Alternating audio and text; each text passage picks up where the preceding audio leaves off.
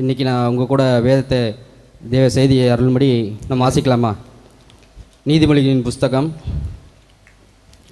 24ஆம் அதிகாரம். நீதிமொழிகளின் புஸ்தகம் 24ஆம் அதிகாரம் 11ஆம் வசனம். மரணத்துக்கு ஒப்புவிக்கப்பட்டவர்களையும் கொலையுண்ண போகிறவர்களையும் விடுவிக்க கூடுமானால் விடுவி. ஆமென். இந்த வசனம் எனக்கு எப்போ கொடுக்கப்பட்டதுன்னா, ஜூலை மாதம் 24ஆம் தேதி அதிகாலையில் நான் ஜெபிக்கும் போது இந்த வார்த்தை எனக்கு கொடுக்கப்பட்டது. ஏன்னா நான் ஒவ்வொரு நாளும் ஜூலை மாதத்தில் நீதிமொழிகள் புஸ்தகத்தில் ஒவ்வொன்றா நான் வாசிக்கும் பொழுது 24ஆம் தேதி அதிகாலையில் நான் இந்த வார்த்தையை நான் வாசிக்கும் போது நான் இது வரைக்கும் படிச்சிருக்கேன். ஆனால் இந்த வார்த்தை டக்குன்னு அன்றைக்கி எனக்கு பளிச்சுன்னு தொட்டது. மரணத்துக்கு ஒப்புவிக்கப்பட்டவர்களையும் கொலையுண்ண போகிறவர்களையும் விடுவிக்க கூடுமானால் விடுவி அப்படின்னு. இந்த வார்த்தையை இங்கிலீஷ் பைபிளில் ஒரு டிரான்ஸ்லேஷன் இருக்குது. படிக்கிறீங்களா உங்கள்கிட்ட இருக்கிறது? இல்லை நான் படிக்கட்டுமா?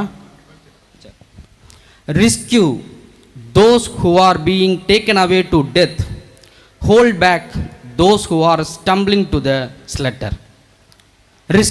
ரெஸ்கியூனா என்ன மீனிங்னா காப்பாற்று. தமிழில் போட்டிருக்கு விடுவிக்க கூடுமானால், ஆனால் இங்கிலீஷில் போட்டிருக்கு காப்பாற்று அப்படின்ட்டு. இந்த வார்த்தை என்னை ரொம்ப தொட்டது. Rescue those who are being taken away to death, மரணத்துக்கு ஒப்புவிக்கப்பட்டவர்களையும் hold back those who are stumbling என்ற வார்த்தைக்கு தடுமாறுகிறவர்கள்னு வேதம் சொல்லுகிறது. இந்த இங்கிலீஷ் பைபிளில் டிரான்ஸ்லேஷனில் ஸ்டம்பிளிங் தடுமாற்றம் உடையவர்கள், டு த ஸ்லட்டர் என்றது நியாயமற்ற முறையில் கொள்ளுதல் அப்படின்ட்டு. இந்த வார்த்தையை படிக்கும்போது எனக்கு அதிகமாக என்னுடைய உள்ளத்தில் ரொம்ப தொடப்பட்டேன். ஏன்னா இது பார்த்தீங்கன்னா நேராக நான் ஜெபிக்கும் பொழுது கர்த்தர் நேராக வெளிப்படுத்தல் விசேஷம் 6ஆம் அதிகாரம் 7ஆம் வசனம் 8ஆம் வசனம். அவர் 4ஆம் முத்திரையை உடைத்தபோது 4ஆம் ஜீவனானது நீ வந்து பார் என்று சொல்லும் சத்தத்தை கேட்டேன். நான் பார்த்தபோது இதோ மங்கின நிறமுள்ள ஒரு குதிரையை கண்டேன். அதன் மேல் ஏறி இருந்தவனுக்கு மரணம் என்று பெயர். பாதாளம் அவன் பின் சென்றது. பட்டயத்தினாலும் பஞ்சத்தினாலும் சாவினாலும் பூமியின் துஷ்ட மிருகங்களினாலும் பூமியின் கார்பங்கில் உள்ளவர்களை கொலை செய்யும்படியான அதிகாரம் அவைகளுக்கு கொடுக்கப்பட்டது. ஆமென். இந்த வசனத்தை பார்த்தீங்கன்னா தெரியும். அப்போ யார் கையில் இந்த மரணத்துக்கு ஒப்புவிக்கப்பட்டிருக்கிறது? ஒரு தூதன் இருக்கானா, அவனுடைய பேர் மரணம். அவன் பின்னாக பாதாளம் போய்கொண்டிருக்கிறதா. பட்டயத்தினாலும் பஞ்சத்தினாலும் சாவினாலும் பூமியின் துஷ்ட மிருகங்களினாலும் பூமியின் கார்பங்கு உள்ளவர்களை கொலை செய்யும்படி அதிகாரம் அவைகளுக்கு கொடுக்கப்பட்டதான். அப்பொழுது இந்த வார்த்தையை நான் படிக்கும் பொழுது, அப்போ யார்கிட்டேருந்து நம்ம காப்பாற்றணுன்னா இந்த அழிவு நோக்கி போய் கொண்டிருக்கிற மக்களுக்கு. ஏன்னு சொன்னால், நான் கல்லூரியில் ஆசிரியராக இருக்கிறபடினால மாணவர்கள் மத்தியில் நான் அதிகமாக நேரத்தை எனக்கு தெரியும். இன்டர்வல் டைமில் நம்ம ரெஸ்ட் ரூமுக்கெலாம் போனீங்கன்னா பார்த்தீங்கன்னா தெரியும் எவ்வளோ போதைப் பொருட்கள் ஹான்ஸ் பேக்கெட்டுங்க பார்த்துட்டிங்கன்னா ரெஸ்ட் ரூமில் பார்த்தீங்கன்னா உங்களுக்கு தெரியும். அதுக்கப்புறம் எனக்கு ஒரு மாணவன் இருந்தான். நான் ஒரு மென்டர், அதாவது கிளாஸ் டீச்சராக ஒரு செஷனுக்கு நான் காலேஜில் போய் சேர்ந்த உடனே ஒரு செஷனில் ஒரு ஒரு ஒரு செக்ஷனுக்கு நான் கிளாஸ் டீச்சராக இருந்தேன். அப்போ பார்த்திங்கன்னா ஒரு மாணவன் இருந்தான். ரொம்ப அடங்க மாட்டான். சேர்ந்த கொஞ்ச நாள்லேயே அவன் என்ன பண்ணாங்க, ஹாஸ்டலில் தான் தங்கி படிக்கிறாங்க. வெளி மாநிலத்து பசங்க அவங்க ஹாஸ்டலில் தான் தங்கி படிக்கிறாங்க. ஹாஸ்டலில் குடிச்சிட்டு பிரச்சனை பண்ணி ஒரு என்கொயரி கமிட்டி வச்சுட்டாங்க. அதில் மாட்டி சரி திருப்பியும் என்ன பண்ணுறது, அவங்கள இது பண்ணி சரி ஓகே சஸ்பெண்ட் பண்ணிவிட்டு திருப்பியுமாக கிளாஸுக்கு வந்துட்டான். அப்போ திரும்பவும் கிளாஸுக்கு வந்த பிறகு திரும்பியும் இதே பிரச்சனைகள் தான். அவனால் ப்ரெசன்ட் டெய்லியும் கிளாஸ் அட்டண்டன்ஸ் எடுத்து போட்டால் ஆப்சண்ட் போட்டிருக்கிற இடத்துலலாம் ப்ரெசன்ட் போட்டுருவான். இப்போ அந்த நம்ம கிளாஸ் செக்ஷன் லீடர் அவனுக்கு தெரியாமல் நோட்டை எடுத்து ப்ரெசன்ட் போட்டுருவான். அந்த லீடர் ஒரு நாள் என்கிட்ட சொன்னான், சார் இந்த மாதிரி பண்ணுறான் அப்படின்ட்டு. எனக்கு ரொம்ப கோவம் வந்துச்சு. சரி, நான் மோஸ்ட்லி யாருமே பசங்களை கண்டிப்பேன், ஆனால் ரொம்ப எக்ஸ்ட்ரீம் லெவலுக்கு கொண்டு போக மாட்டேன். அன்றைக்கி பார்த்து வாடா ஹெச்ஓடி ரூமுக்கு வாடா அப்படின்ட்டு நான் கூட்டிகிட்டு போயிட்டேன். கூட்டிகிட்டு போனால் போகிற வழியில் கிளாஸ் நடந்துற இன்டர்வல் டைம், எல்லாருக்கும் கிளாஸ் நடந்துகிட்ருக்கு, அதனால் யாருமே இல்லை. திடீர்னு அந்த பையன் கையை பிடிச்சி அழுகுறான். சார் சாரி சார், நான் இனிமேல் செய்ய மாட்டேன் சார்.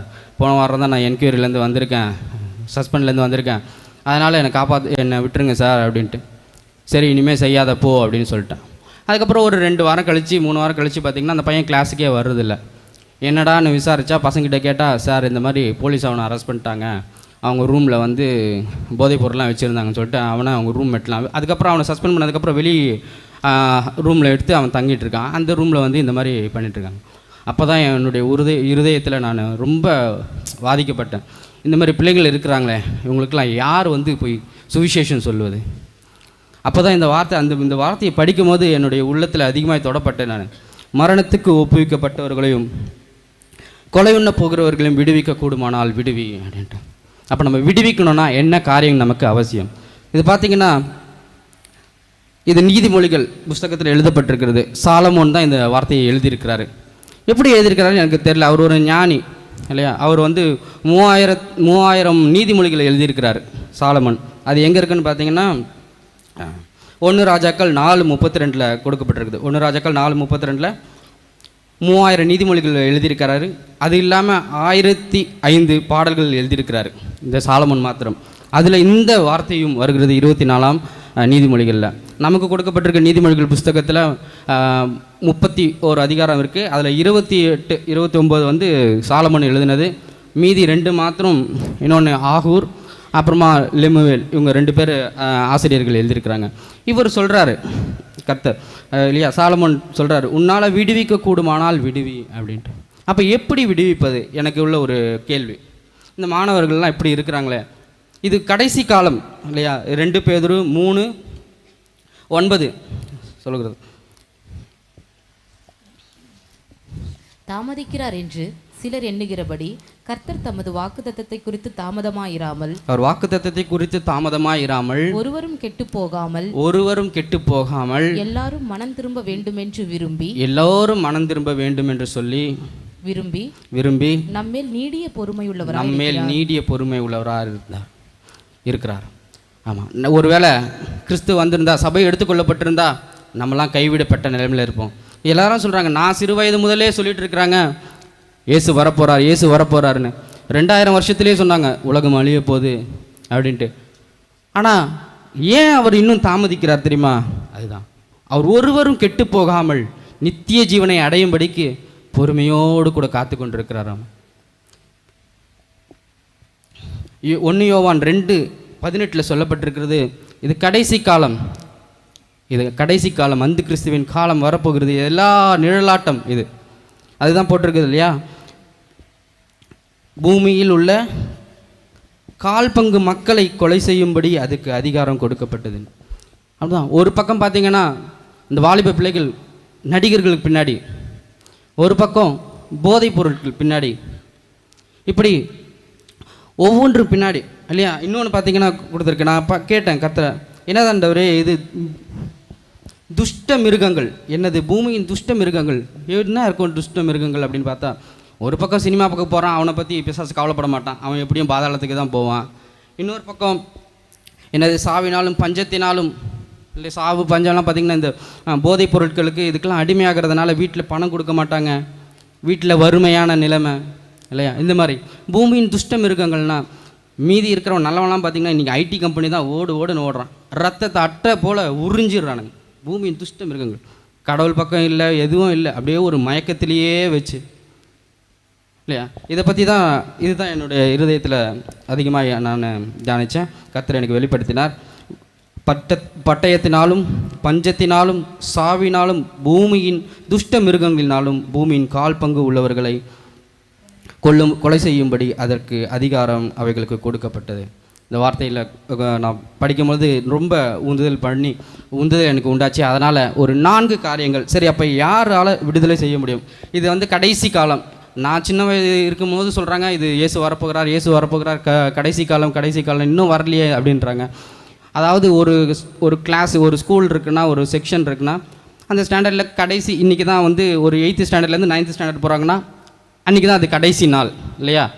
அப்போ ஃபஸ்ட் ஹவர் டோட்டலாக மொத்தம் 7 ஹவர் இருக்கும், இல்லை 6 ஹவர் இருக்கும். அப்போ ஒரு ஃபஸ்ட் ஹவரும் கடைசி நாள் தான், செகண்ட் ஹவரும் கடைசி நாள் தான், 7வது ஹவரும் கடைசி நாள் தான். அப்போது இப்போ நம்ம இருக்கிற காலம் என்னென்னா 7வது ஹவர், அதாவது கடைசி மணி நேரங்களில் இருக்கிறோம். அப்படின்னா கிறிஸ்துவனுடைய வருகை சமீபமாக இருக்கிறது. அதனால் நாம் எல்லோரும் ஆயத்தப்படணும். ஆனால் இப்படி ஒரு பக்கம் 1/4 பங்கு உள்ளவர்கள் பாதாளத்துக்கு நேராய் போய் கொண்டிருக்கிறார்களே, இவர்களை யார் விடுவிப்பது? அதான் என்னுடைய இருதயத்தில் ஒரு கேள்வி. அப்போ தான் கர்த்தர் ஒரு 4 காரியங்களை கர்த்தர் எனக்கு சொன்னார். அது இயேசு கிறிஸ்து பண்ண காரியங்கள் தான், செய்த காரியங்கள் தான். அது ஒன்று நம்ம பார்க்கலாம். முதல் காரியம் மனதுருக்கம், அதாவது ஆத்ம பாரம். மத்தேயு 9ஆம் அதிகாரம் 36, 37 வசனம் வாசிக்கலாமா? அவர் திரளான ஜனங்களை கண்டபொழுது அவர்கள் மேய்ப்பனில்லாத ஆடுகளைப் போல தொய்ந்து போனவர்களும் சிதறப்பட்டவர்களுமாய் இருந்தபடியால் அவர்கள் மேல் மனதுருகி தம்முடைய சீஷர்களை நோக்கி, அறுப்பு மிகுதி, வேலையாட்களோ கொஞ்சம். ஆதலால் அறுப்புக்கு எஜமான் தமது அறுப்பு வேலையாட்களை அனுப்பும்படி அவரை வேண்டிக் கொள்ளுங்கள் என்றார். ஆமாம். திரளான ஜனங்களை அவர் கண்டபொழுது மேய்ப்பன் இல்லாத ஆடுகள். அதுதான் இப்போ வாலிப பிள்ளைங்களுக்கெல்லாம் யாராவது ஒரு மேய்ப்பன், அதாவது ஒரு நடிகர் அவனை ஃபாலோ பண்ணுறான் இல்லையா, இல்லை அரசியல் தலைவர்கள் அவரை ஃபாலோ பண்ணுறான். ஆனால் மேய்ப்பன் இல்லாத இயேசு கிறிஸ்து வரும்பொழுது பார்க்குறாரு, மேய்ப்பன் இல்லாத ஆடுகளைப் போல ஜனங்கள் தோய்ந்தவர்களும் சிதறடிக்கப்பட்டவர்களுமாக இருக்கிறாங்க. அப்போ தான் இயேசு கிறிஸ்து என்ன பண்ணுறாரு, சீஷர்களை பார்த்து சொல்கிறாரு, அறுப்பு மிகுதி, வேலையாட்களோ இல்லை. அப்போ அவருக்கு சுவிசேஷம் அறிவிப்பதற்கு ஆட்களே இல்லை. அது குறித்து அவர் என்ன பண்ணுறாரு, மனதுருக்கமுடையவர். இன்றைக்கி நமக்கும் அப்படி தான், ஆத்ம பாரம் வேண்டும். இந்த செய்தி ஒரு அறைக்கூவல் தான் இல்லையா. கர்த்தர் சொல்கிறாரு, வேலையாட்கள் குறைவா, அறுப்போ மிகுதியாக இருக்கிறது. சரி, நம்ம என்ன செய்ய போகிறோம்? அவர் என்ன செஞ்சார்? சகல பட்டணங்களையும் கிராமங்களையும், அதுக்கு 35வது வசனம், இயேசு சகல பட்டணங்களையும் கிராமங்களையும் சுற்றித் திரிந்து ஜெப ஆலயங்களில் உபதேசித்து ராஜ்யத்தின் சுவிசேஷத்தை பிரசங்கித்து ஜனங்களுக்கு உண்டாயிருந்த சகல வியாதிகளையும் சகல நோய்களையும் நீக்கி அவர்களை சுத்தமாக்கினார். பழைய ஏற்பாட்டில் ஆசாரியர்கள், தீர்க்கதரிசிகள், இவர்கள் தான் அற்புதங்கள் அதிசயங்களை செஞ்சாங்க. அதுக்கப்புறம் பார்த்திங்கன்னா ஆசாரியர்கள்லாம் பார்த்திங்கன்னா நியாயப்பிரமாணம் நிறைவேற்றுதில்லை. இதில் தான் மக்கள் மேலே ஒரு அக்கறையே கிடையாது. என்ன வேதம் சொல்லுதோ அதை பற்றி தான், மேசியா வருவார். ஆனால் ஜனங்களை பற்றி ஒரு கவலையுமே இல்லை. இயேசு கிறிஸ்து பார்க்குறாரு, மக்களெல்லாம் மேய்ப்பனில்லாத ஆடுகளாய் திரிகிறார்கள். இன்றைக்கும் அதே நிலைமை தான். யாரும் சுவிசேஷம் போய் சொல்வது? ஆத்ம பாரம் நமக்கு இருக்கிறதா? இந்த மனதுருக்கம் நமக்கு இருக்கிறதா? இன்னொரு இடத்துல கூட போடப்பட்டிருக்கும், மத்தேயு 14:14, இயேசு திரளான ஜனங்களை கண்டு அவர்கள் மேல் மனதுருகி அவர்களில் வியாதிஸ்தர்களாய் இருந்தவர்களை சொஸ்தமாக்கினார். ஆமென். அவர்கள் மேல் மனதுருகி அவர்கள் வியாதியஸ்தர்களில் இருந்தவர்களை சொஸ்தமாக்கினார். அப்போது இப்பொழுதும் ஜனங்கள் மேல் நமக்கு என்ன வேணும்? ஆத்ம பாரம் வேணும். அந்த ஆத்ம பாரம் இருந்தால்தான் பூமியின் கால் பங்கு உள்ளவர்களை கொலை செய்யும்படி கொண்டு போகிற அவனிடத்திலிருந்து, பாதாளத்துக்கு பின்னாடி ஓடிக்கொண்டிருக்கிற மக்களிடத்திலிருந்து காப்பாற்ற நமக்கு என்ன வேணும்? அந்த மனதுருக்கம், ஆத்ம பாரம் முதல்ல அவசியம். ஆமென். ஒரு மனுஷர் இருந்தார், 1947 திருநெல்வேலி மாவட்டத்தில் பிறந்தார். அவங்க அப்பா அம்மா ரொம்ப ஸ்ட்ரிக்ட்டு. பைபிள் வசனம் சொன்னாதான், டெய்லியும் படித்தாதான், சொன்னாதான் சாப்பாடு. இப்படிப்பட்ட குடும்பத்தில் பிறந்த அவர் தன்னுடைய இளம் வயதில் டிப்ளமோ இன் மெக்கானிக்கல் இன்ஜினியரிங் படித்து முடிச்சுட்டு சென்னையில் ஒரு இடத்துல வேலை செய்கிறாரு. எலக்ட்ரிக்கல் கம்பெனியில் வேலை செய்கிறாரு. இங்கிலீஷ் எலக்ட்ரிக்கல் கம்பெனியில் செய்யும் பொழுதே கூடவே சிறு பிள்ளைகள் ஊழியம், வாலிபர் ஊழியம் இப்படிலாம் செய்கிறாரு. அப்போது ஒரு நாள் ஜெபிக்கும் பொழுது கர்த்தர் அவர்கிட்ட வெளிப்படுத்துகிறார். பீகார் மாநிலத்தினுடைய வரைபடத்தை காட்டுறாரு. இவர், என்ன ஆண்டவரே வரைபடத்தை காட்டுறீங்க அப்படின்னாரு. நீ அங்கே போகணும் அப்படின்னு சொல்கிறாரு.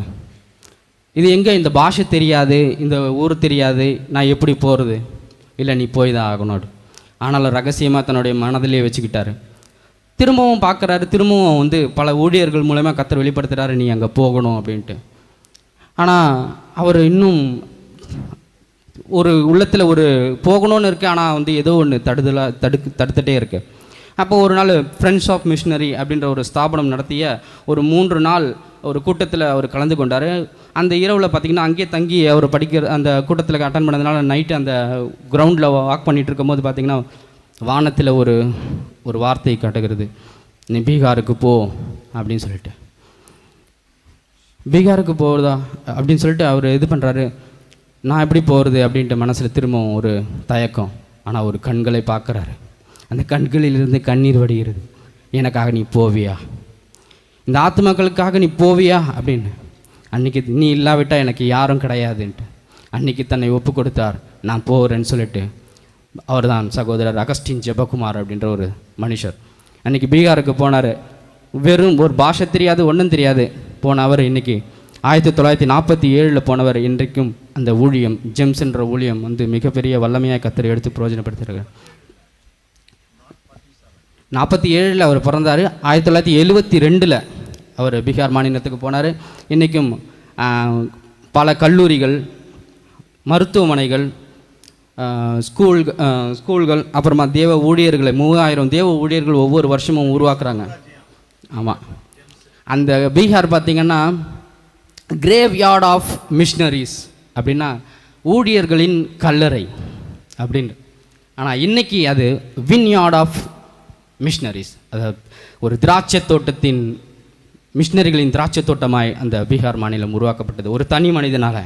ஆமென். காரணம் அந்த ஆத்தும பாரம், தரிசனம், மனதுருக்கம். இயேசு கிறிஸ்து எப்படி மனதுருகி அவர்களை சுஸ்தமாக்கினாரோ அதுபோல் ஒரு மனதுருக்கம். இயேசு கிறிஸ்துவனுடைய கண்களிலிருந்து கண்ணீர் வடிகிறது அந்த மனதுருக்கம். இன்றைக்கும் நம் மத்தியில் எத்தனை பிள்ளைகள், காலையில் நான் பஸ்ஸில் போகும்போது பார்ப்பேன், காலேஜ் பஸ்ஸில் போகும்போது பார்த்தா ஒயின் ஷாப் திறந்துருக்காது, ஆனாலும் எப்படி குடிச்சிக்கிட்டு கீழே படுத்துட்டு கிடப்பாங்க. அப்போ பார்க்கும்போது எனக்கு ரொம்ப மனவேதனையாக இருக்கும். இவர்களுக்கெல்லாம் யார் சுவிசேஷம் சொல்லுவது?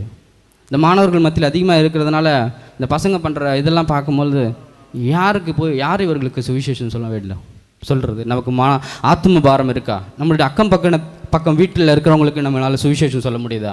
ஆத்தும பாரம் இருக்கா? ஒருவேளை ஆத்தும பாரம் இல்லை என்று சொன்னால் நம்மளுடைய உள்ளத்தில் நம்ம உருவாக்குவோம், கர்த்தருடைய இருதயத்தின் வேதனையை அறிவோம் இல்லையா? மத்தேயு 10:7-8.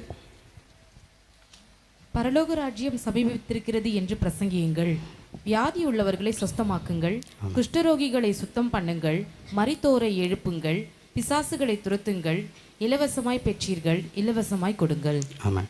முதல்ல என்ன போட்டிருக்குது? பரலோக ராஜ்யம் சமீபமாக இருக்கிறது, பிரசங்கிங்கள். முதல்ல நம்ம பிரசங்கிக்கணும். பரலோக ராஜ்யம் இயேசு கிறிஸ்து வரப்போகிறா பிரசங்கிச்சார்னா போதும், மீதி இருக்கிறவங்களாம் ஆட்டோமேட்டிக்காக நடந்துடும், சுத்தமாகுது இல்லையா? அவங்க கட்டப்பட்டிருக்கிறவங்களை விடுதலையாக்கணும். முதல்ல நம்ம சொல்ல வேண்டியது முதல்ல ஆத்ம பாரம்.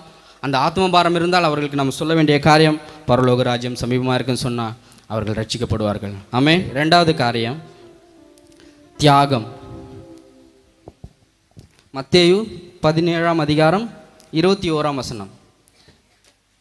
நான் சொல்கிற காரியம் எல்லாமே இயேசு கிறிஸ்து காட்டினதான், இயேசு கிறிஸ்து செய்த காரியங்கள் தான்.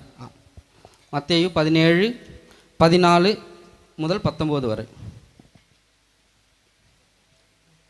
அவர்கள் ஜனங்களிடத்தில் வந்தபோது ஒரு மனுஷன் அவரிடத்தில் வந்து அவர் முன்பாக முழங்கால் படியிட்டு, ஆண்டவரே, என் மகனுக்கு இரங்கும், அவன் சந்திரரோகியாய் கொடிய வேதனைப்படுகிறான், அடிக்கடி தீயிலும் அடிக்கடி ஜலத்திலும் விழுகிறான். அவனை உம்முடைய சீஷர்களிடத்தில் கொண்டு வந்தேன், அவனை சொஸ்தமாக்க அவர்களால் கூடாமற் போயிற்று என்றான். இயேசு பிரதியுத்தரமாக, விசுவாசம் இல்லாத மாறுபாடுள்ள சந்ததியே, எதுவரைக்கும் நான் உங்களோடு இருப்பேன்? எதுவரைக்கும் உங்களிடத்தில் பொறுமையாயிருப்பேன்? அவனை என்னிடத்தில் கொண்டு வாருங்கள் என்றார். இயேசு பிசாசை அதட்டினார். உடனே அது அவனை விட்டு புறப்பட்டது. அந்நேரமே அந்த இளைஞன் சொஸ்தமானான். அப்பொழுது சீஷர்கள் இயேசுவினிடத்தில் தனித்து வந்து, அதை துரத்திவிட எங்களால் ஏன் கூடாமற் போயிற்று என்று கேட்டார்கள். அதற்கு இயேசு, உங்கள் அவிசுவாசத்தினாலே தான் கடுகு. இங்கே பார்த்தீங்கன்னா ஒரு மனுஷன் வந்து அவங்க பையன் ரொம்ப வேதனைப்படுறான், இயேசுவே சொஸ்தமாக்குங்க. ஏன்னு கேட்டால் உங்கள் சீஷர்களால் கூட சுகமாக்க முடியல, நீங்கள் வந்து செய்யுங்க அப்படின்ட்டு. இயேசு கிறிஸ்துக்கிட்ட ஒரு தடவை வந்து வேதபாரகன் வந்து கேட்குறான், ஆண்டவரே, நான் உங்களை பின்பற்றி வரேன், நான் என்ன செய்யணும், உங்களை பின்பற்றி வருகிறேன்னு. அதுக்கு இயேசு கிறிஸ்து சொன்னார், நரிகளுக்கு குழிகள் உண்டு, பறவைகளுக்கு கூடுகள் உண்டு, ஆனால் மனுஷகுமாரனுக்கு தலை சாய்க்க இடம் இல்லை. ஏன்னா நான் போகிற இடம் எனக்கே தெரியாது, கிடைக்கிறத தான் சாப்பிடணும் அப்படின்னு. அவன் திரும்பி வந்தானான்னு பார்த்தீங்கன்னா இயேசு கிறிஸ்து கூட வரவே இல்லை. ஆனால் இங்கே பார்த்தீங்கன்னா சீஷர்களுக்கு அதே நிலைமை நினச்சி தான் யோசித்து வந்திருப்பாங்க. ஆனால் போகிற இடத்துலலாம் பார்த்தா அற்புதம் தான்.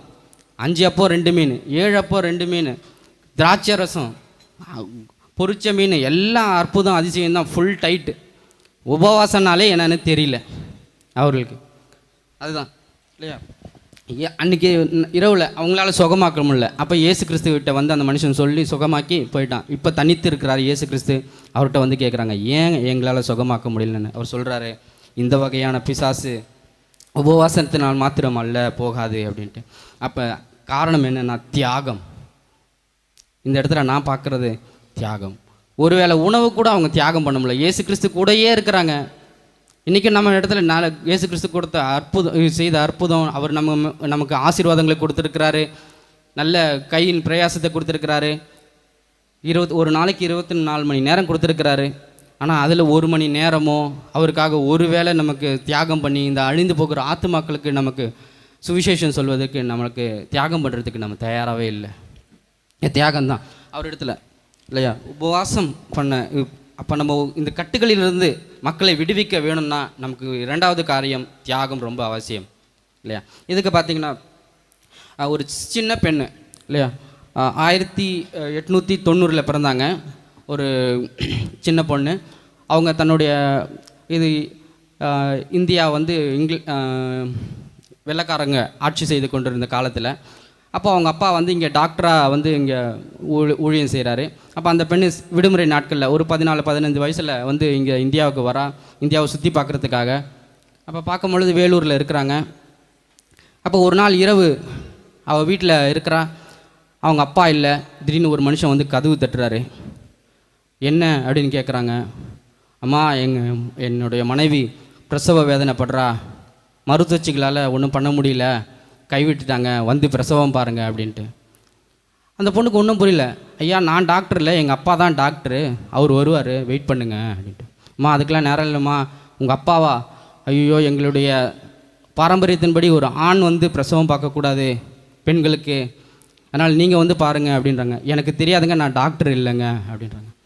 ஒரு ஆண் பிரசவம் பார்க்குறதுக்கு என்னோடய மனைவி மறித்து போனாலும் கூட பரவாயில்லன்னு சொல்லிட்டு அந்த மனுஷன் போயிடறான். திருப்பவும் ஒரு மனிதன் வரார், கதவு தட்டுறாரு. என் மனைவி பிரசவ வேதனைப்படுறாமா, வாங்க அப்படின்ட்டு. அது திரும்பவும் இந்த வார்த்தையை சொல்லி அனுப்புகிறாங்க. அப்போ அவர் சொல்கிறார், அவர் ஒரு இஸ்லாமிய சகோதரராக இருந்ததுனால, உங்கள் அப்பாவா? ஐயோ, எங்கள் முறைப்படி எங்கள் குடும்பத்தார் மட்டும்தான், நான் மட்டும்தான், எங்கள் குடும்பத்தார் மட்டும்தான் பெண்ணுடைய முகத்தையே நாங்கள் பார்க்க முடியும், ஒரு ஆண் எப்படி பிரசவம் பார்க்க முடியும் அப்படின்ட்டு. அவருக்கு ரொம்ப இருதயத்தில் வேதனை. திரும்ப மறுநாள் காலையில் எழுந்திரிச்சு ஜெபம் பண்ணுறா. கர்த்தர் சொல்கிறார், இந்த மக்களுக்காக நீ ஏதாவது செய்யணும் அப்படின்ட்டு. திரும்ப ஜெபத்தை முடிச்சுட்டு பார்க்குறா, 4 பிணங்கள் போகிறது. அது எல்லாமே என்னது, பிரசவத்தில் இறந்து போன பெண்கள். அப்போ பார்க்குறா, அப்போ இந்த மக்களுக்கு செய்யணும்னா என்ன பண்ணுறது? நான் போகிறா, திரும்பவும் தன்னுடைய ஊருக்கு போகிறா. போயிட்டு மருத்துவம் படிக்கிறா. மருத்துவம் தெரியாத, ஆனால் திரும்பவும் போய் மருத்துவத்தை படிச்சுட்டு ஒரு டாக்டராக திருப்பி இந்தியாவுக்கு வருகிறா. தன்னுடைய சொந்த நாட்டை விட்டு, தன்னுடைய அந்தஸ்தை விட்டு, தன்னுடைய சுகபோக வாழ்க்கை விட்டு தியாகம் செய்து இந்திய மக்களுக்காக, அந்த எஸ்பெஷலி தமிழ்நாட்டு மக்களுக்காக வேலூர் பகுதியில் சிஎம்சி காலேஜ் அண்ட் ஹாஸ்பிட்டல், இன்றைக்கி உலக பிரசித்தி பெற்ற ஹாஸ்பிட்டல், ஒரு சின்ன ஒரு வீட்டில் ஆரம்பித்தது இன்றைக்கி சிஎம்சி, வேலூர் சிஎம்சினா ஒரு பெரிய மிஷினரி ஸ்தாபனம். அந்த ஊழியம், மருத்துவ ஊழியம், அந்த ஒரு பெண்ணுடைய தியாகத்தினால அதை மாற்ற முடியுமானால் உங்களாலையும் என்னாலே மாற்ற முடியாதா? ஆமென். இந்த அழிந்து போகிற ஆத்துமாக்களுக்கு ஊழியம் வேறு, இது வேறு இல்லை. ஊழியம் முதல்ல ராஜ்யத்தின் சுவிசேஷத்தை சொல்லணும், பின்பு அவர்கள் சுகமாக்கணும் இல்லையா. அந்த தியாகம், இதுதான் நம்மளுடைய மிஷினரிமார்கள் செய்த காரியங்கள். இன்றைக்கு நாம் என்ன செய்ய போகிறோம்? முதல் காரியம் மனதுருக்கம் நமக்கு அவசியம். 2வது காரியம் தியாகம் நமக்கு அவசியம். 3வது காரியம் விழித்திருந்து ஜெபிக்க வேண்டுமா அழிந்து போகிற ஆத்மாக்களுக்காக. மார்க்கு 14:37-38. பின்பு அவர் வந்து அவர்கள் நித்திரை பண்ணுகிறதை கண்டு பேதுருவை நோக்கி, சீமோனே, நித்திரை பண்ணுகிறாயா? 1 மணி நேரம் நீ விழித்திருக்க கூடாதா? நீங்கள் சோதனைக்குட்படாதபடிக்கு விழித்திருந்து ஜெபம் பண்ணுங்கள். ஆவி உற்சாகம் உள்ளதுதான், மாம்சமோ பலவீனம் உள்ளது என்றார். ஆமென். ஆவியோ உற்சாகமானது, மாம்சமோ பலவீனமானது. இன்றைக்கி அப்படி தான் இல்லையா. நம்ம ஊழியம் செய்யணும் எல்லாம் வாஞ்சே இருக்கும், ஆனால் நம்ம மத்தியில் ஒரு சோர்வு, ஜெபிக்கக்கூடாதபடிக்கு இல்லையா. இந்த இடத்துல பார்த்திங்கன்னா இயேசு கிறிஸ்து கெத்செமனே தோட்டத்துக்கு போகிறாரு. இன்னும் கொஞ்சம் மணி நேரத்தில் அவர் சிலுவையில் அறைய போகிறாங்க. இப்போ போய் ஜெபிக்கிறார் தனித்திருந்து. பேதுரு, யோவான், யாக்கோபு இவர்களை கூட்டிகிட்டு போகிறாரு. இப்போ இங்கே நீங்கள் ஜெபிங்க, நான் தனியாக போய் ஜெபிக்கிறேன்ட்டு அவர் வியாகுலப்பட்டு ஜெபிக்கிறார். திரும்பி வந்து பார்த்தா இவங்க 3 பேரும் தூங்கிட்டு இருக்கிறாங்க. பா, ஏந்திரிச்சு ஜெபிங்கப்பா அப்படின்ட்டு போகிறாரு. எனக்காக அதை அவர்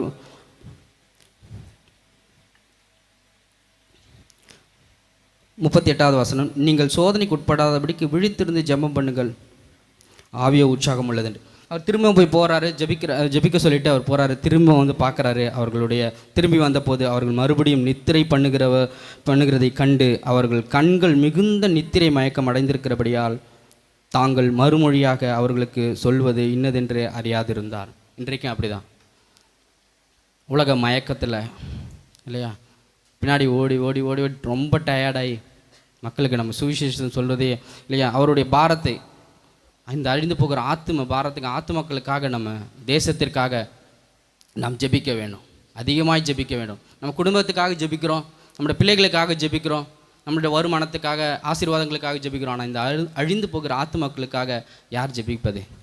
நாம் ஜெபிக்க வேண்டும் ஜெபத்தில். அதான் பில்லி கிரஹாம்ன்ற ஒரு மனுஷர் இருந்தார், தேவ மனுஷர். அமெரிக்கா தேசத்தில் 1918 பிறந்தார்.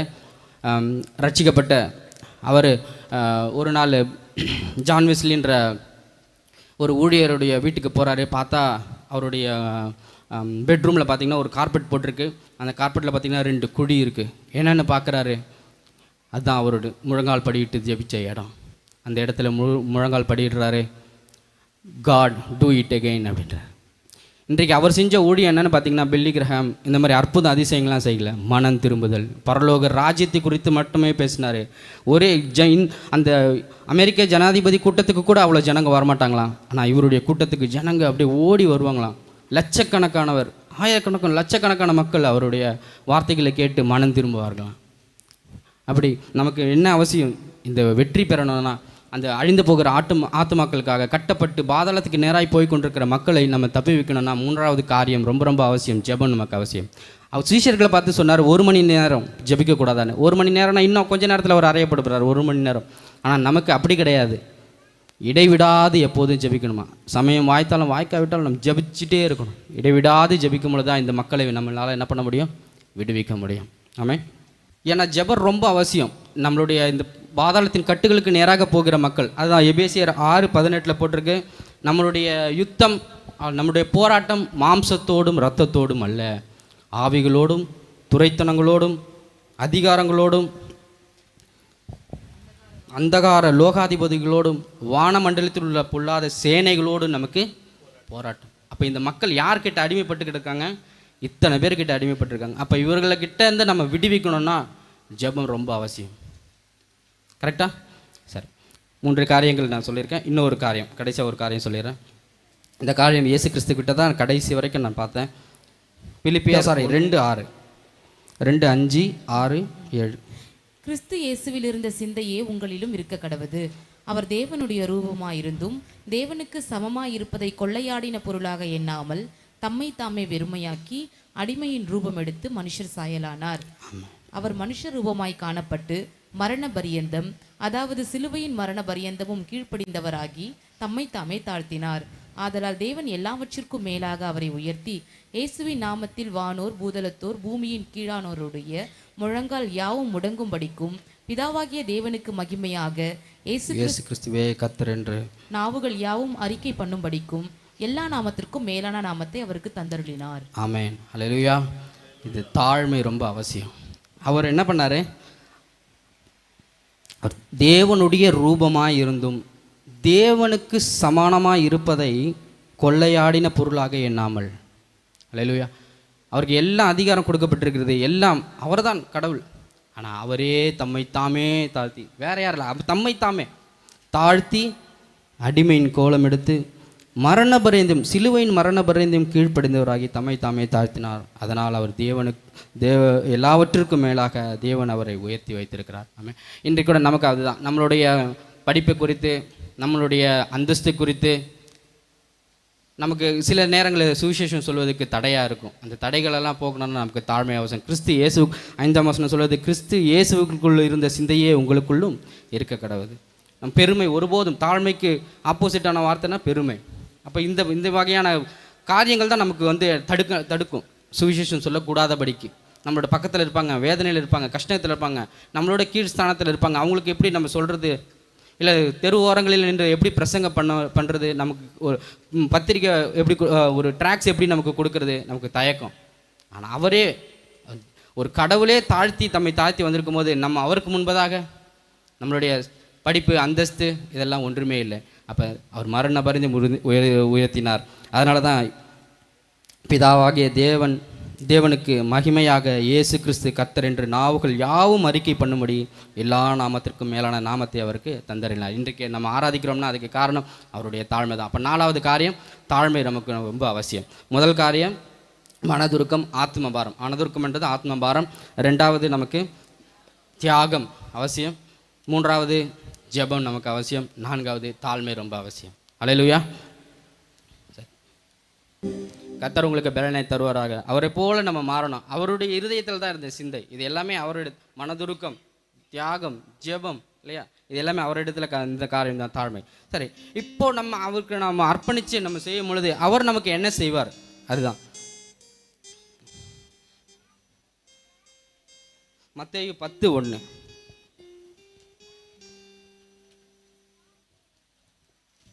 அவர் தம்முடைய 12 சீஷர்களையும் தம்மிடத்தில் வரவழைத்து அசுத்த ஆவிகளை துரத்தவும் சகல வியாதிகளையும் சகல நோய்களையும் நீக்கவும் அவர்களுக்கு அதிகாரம் கொடுத்தார். ஆமென். அப்ப கர்த்தர் நமக்கு என்ன கொடுத்திருக்கிறாரு? அதிகாரம் கொடுத்திருக்கிறாரு. ஒருத்தனுக்கு மனதுருக்கம் இருக்கா, தாழ்மை இருக்கா, தியாகம் இருக்கா, அவனுக்கு அதிகாரம் கொடுக்கிறாரு கர்த்தர். அவங்க சீஷர்களுக்கு அதான் சொன்னாரு, அவர்களை ஆவிகளை துரத்தவும் சகலவித வியாதிகளையும் நோய்களையும் நீக்கவும் அவர்களுக்கு அதிகாரம் கொடுத்திருக்காரு. இப்போ இந்த கட்டுகளில் இருக்கிற பாதாளத்தில் கட்டுகளுக்கு நேராக போய் கொண்டிருக்கிற மக்களுக்கு நம்ம விடுவிக்க கர்த்தர் நமக்கு என்ன பண்ணியிருக்காரு? இந்த கால வேளையில் அதிகாரத்தை கொடுத்திருக்கிறார். 2வது காரியம் அவர் நமக்கு கொடுக்குற காரியம் மத்தேயு 16:19. பரலோக ராஜ்யத்தின் திறவுகோல்களை நான் உனக்கு தருவேன். பூலோகத்திலே நீ கட்டுகிறது எதுவோ அது பரலோகத்திலும் கட்டப்பட்டிருக்கும். பூலோகத்திலே நீ கட்டவிழ்ப்பது எதுவோ அது பரலோகத்திலும் கட்டவிழ்க்கப்பட்டிருக்கும் என்றார். ஆமென். அப்போ கட்டி அவன் இழுத்து கொண்டு போகிற பாதாளத்தை நேராக இழுத்து கொண்டு போகிற ஒரு கட்டுன விலங்கு இல்லையா, அந்த ஒரு விலங்கு கட்டி கொண்டு போகிறான். அப்போ அவர்களை விடுவிக்கணும்னு நமக்கு என்ன வேணும்? சாவி வேணும் இல்லையா? அந்த சாவியை கர்த்தர் நமக்கு தருகிறார் இல்லையா? அதுதான். திரும்ப ஒரு தடவை வாசிங்க. பரலோக ராஜ்யத்தின் திறவுகோல்களை நான் உனக்கு தருவேன். பூலோகத்திலே நீ கட்டுகிறது எதுவோ அது பரலோகத்திலும் கட்டப்பட்டிருக்கும். இப்போ நமக்கு ஒரு அதிகாரத்தை கொடுத்துருக்கிறாரு. பூலோகத்தில் நம்ம எது கட்டுகிறோமோ அது கட்டப்படும், எது கட்டவிழுக்கிறோமோ அது கட்டவிழுக்கப்படும். கர்த்தர் இந்த கால வேளையில் நமக்கு அதிகாரத்தையும் திறவுகோலையும் கொடுத்துருக்கிறாரு. 3வது ஒரு காரியத்தை கொடுத்துருக்கிறாரு. வாசிக்கலாம். வெளிப்படுத்தல் 3:9. இதோ யூதர் அல்லாதிருந்தும் தங்களை யூதர் என்று பொய் சொல்லுகிறவர்களாகிய சாத்தானுடைய கூட்டத்தாரில் சிலரை உனக்கு கொடுப்பேன். இதோ அவர்கள் உன் பாதங்களுக்கு முன்பாக வந்து பணிந்து நான் உன்மேல் அன்பாயிருக்கிறதை அறிந்து கொள்ளும்படி செய்வேன். ஆமென். யூதர் அல்லாது இருந்தும் தங்களை யூதர் என்று பொய் சொல்லுகிறவர்களாகிய சாத்தானுடைய கூட்டத்தாரில் சிலரை உனக்கு தருவேன். அப்போ கர்த்தர் சொல்கிறாரு, ஆத்துமாக்களை நமக்கு தருவாராம். ஆமென். முதல்ல அதிகாரத்தை கொடுக்குறாரு, திறவுகோலை கொடுக்குறாரு. 3வது இந்த மக்களை அழிந்து போகிற கட்டில் சாத்தானுடைய மக்களை, இவ பின்னாடி போகிறாங்களே பாதாளத்தின் வழியாக போகிற மக்களை கர்த்தர் நமக்கு என்ன பண்ணுவாராம்? ஆத்துமாக்களை கொடுப்பாரு. அதனால் வெளிப்படுத்தல் 3:8 வாசிங்க. உன் கிரியைகளை அறிந்திருக்கிறேன். உனக்கு கொஞ்சம் பலன் இருந்தும் நீ என் நாமத்தை மறுதலியாமல் என் வசனத்தை கை கொண்டபடியினாலே இதோ திறந்த வாசலை உனக்கு முன்பாக வைத்திருக்கிறேன். இதோ திறந்த வாசலை நமக்கு முன்பாக கர்த்தர் வைத்திருக்கிறார். இந்த திறவுகோலையும் அதிகாரத்தையும் பயன்படுத்தினால் இந்த திறந்த வாசலுக்கு முன்பாக நம்மளுடைய தேசம் திறந்திருக்கிறது. போய் சுவிசேஷத்தை அறிவிப்போம், ஆத்துமாக்களை நாம் ரட்சிப்புக்குள்ளாக நடத்தலாம். அப்போ கர்த்தர் நமக்கு கொடுத்துருக்கிற காரியம், இந்த இம்மையில் அவர் கொடுத்துருக்கிற காரியம் அதிகாரம், திறவுகோல், ஆத்துமாக்களை, 4வது திறந்த வாசலை வைத்திருக்கிறார். அப்போ இவர் செஞ்சுட்டு இவர் சும்மா இருப்பாரா? இவர் சும்மா இருக்க மாட்டார் இல்லையா? மார்க் 16:20. அவர்கள் புறப்பட்டு போய் எங்கும் பிரசங்கம் பண்ணினார்கள். கர்த்தர் அவர்களுடனே கூட கிரியை நடப்பித்து அவர்களால் நடந்த அடையாளங்களினாலே வசனத்தை உறுதிப்படுத்தினார். அப்போ கர்த்தர் அவர்கள் கூடவே இருந்து கிரியைகளை நடப்பிக்கிறார். நம்ம ஊழியம் செய்ய போகும்போது அவர் நம்ம தனியாக இல்லை, கர்த்தர் நம்மளோடு கூட இருந்து அவர்களோடு கூட இருந்து கிரியை செய்கிறார். பரிசுத்த ஆவியானவர் என்ன பண்ணுறாரு? ரோமர் 8:26. அந்தபடியே ஆவியானவரும் நமது பலவீனங்களில் நமக்கு உதவி செய்கிறார். நாம் ஏற்றபடி வேண்டிக் கொள்ள வேண்டியது என்ன என்று அறியாமல் இருக்கிறபடியால் ஆவியானவர் தாமே வாக்கு கடங்காத பெருமூச்சுகளோடு நமக்காக வேண்டுதல் செய்யும். வாக்கு கடங்காத பெருமூச்சினே பரிசுத்த ஆவியானவர் நமக்காக வேண்டிக் கொண்டு இருக்கிறோம். அப்போ நம்ம ஊழியம் செய்ய நமக்கு ஒப்பு கொடுத்தோம் என்றால் பிதா கர்த்தர் நமக்கு அதிகாரம் கொடுத்துருக்கிறாரு. பிதா நமக்கு கூடவே இருந்து நம்ம கிரியைகளை நடப்பிக்கிறாரு. பரிசுத்த ஆவியானவர் ஏக்க பெருமூச்சுகளோடு நமக்காக என்ன பண்ணிட்டு இருக்காரு? அவர் வேண்டுதல் செய்து கொண்டிருக்கிறார் இந்த இம்மையில். அப்போ இந்த உலகத்தில் நம்ம இருக்கும் பொழுது இந்த அவருக்காக வாழ்வோம் என்று சொன்னால் அவர்கள் நமக்காக உதவி செய்ய வல்லவராக இருக்கிறார்கள். சரி, இப்போ ஆத்ம ரட்சிப்புக்குள்ளாக நடத்தின ஒரு பெரிய ஊழியக்காரனாக வரும்போது பரலோகத்தில் கர்த்தர் என்ன பண்ணுவார்? மறுமையில் நமக்கு என்ன ஆசீர்வாதம் உண்டு? மத்தேயு 10:32. மனுஷர் முன்பாக என்னை அறிக்கை பண்ணுகிறவன் எவனோ அவனை நானும் பரலோகத்தில் இருக்கிற என் பிதாவின் முன்பாக அறிக்கை பண்ணுவேன். ஆமென். மனுஷருக்கு முன்பாக என்னை அறிக்கை பண்ணுகிறவன், இயேசு கிறிஸ்துவை பற்றி சாட்சி சொல்கிறவன் இல்லையா, ராஜ்யத்தின் சுவிசேஷத்தை சொல்லுகிறவன், அவரும் பிதாவுக்கு முன்பாக அறிக்கை பண்ணுவார் அவருடைய பேரை. இப்போ நமக்கு அந்த பேர் வேணுமா? அவர் நம்மளை இன்ட்ரடியூஸ் பண்ணணுமா பிதாவுக்கு? அப்போ நம்ம ஆத்மாக்களை ரட்சிக்க ஆதாயப்படுத்த நம்ம விரைவினோம். ரெண்டாவது காரியம் வெளிப்படுத்தல் 3:20. இதோ வாசற்படியிலே நின்று தட்டுகிறேன். ஒருவன் என் சத்தத்தை கேட்டு கதவை திறந்தால் அவனிடத்தில் நான் பிரவேசித்து அவனோட போஜனம் பண்ணுவேன். அவர் நம்மளோட கூட போஜனம் பண்ணுவாராம், நாமும் அவரோட கூட போஜனம் பண்ணுவோமா? அப்போ அவர் முதல் காரியம் அவர் என்ன பண்ணுவார்? பரலோகத்தில் இன்ட்ரடியூஸ் பண்ணுவார். அதுதான் தாவீது சொல்கிறார், எனக்கு ஒரு பந்தியை ஆயத்தப்படுத்தி என் தலையை என்னையால் அபிஷேகம் பண்ணுகிறேன். பந்தியை ஆயத்த பண்ணி வச்சிருக்கிறாரு இல்லையா? அவன் இங்கே தான் போட்டுருக்குது. அவரோடு கூட நான் போஜனம் பண்ணுவேன், அவனும் என்னோட போஜனம் பண்ணுவான். மூன்றாவது காரியம் அது 3:21. நான் ஜெயங்கொண்டு என் பிதாவினுடைய சிங்காசனத்திலே அவரோடு கூட உட்கார்ந்தது போல ஜெயங்கொள்கிறவன் எவனோ அவனும் என்னுடைய சிங்காசனத்தில் என்னோட கூட உட்காரும்படிக்கு அருள் செய்வேன். அவருடைய சிங்காசனத்தையே நமக்கு தருவாராம். ஆமென், அல்லேலூயா. அப்போ முதல் காரியம் அவர் கொடுக்குற காரியம் என்ன? பிதாவுக்கு முன்பதாக நம்ம பேரை அறிக்கை பண்ணுவார். ரெண்டாவது நம்மளோட கூட அவர் பகிர்ந்துப்பார், ஸ்டேட்டஸ் ஈக்குவல் ஸ்டேட்டஸ் தராரு. மூன்றாவது சிங்காசனத்தையே கொடுத்துட்றார். ஆமென். அப்போ நம்ம ஆத்ம பாரம் தியாகம் இருந்துச்சுன்னா பரலோகத்திலும் நமக்கு இந்த பேர் உண்டு. வெளிப்படுத்தல் கடைசி அதிகாரம்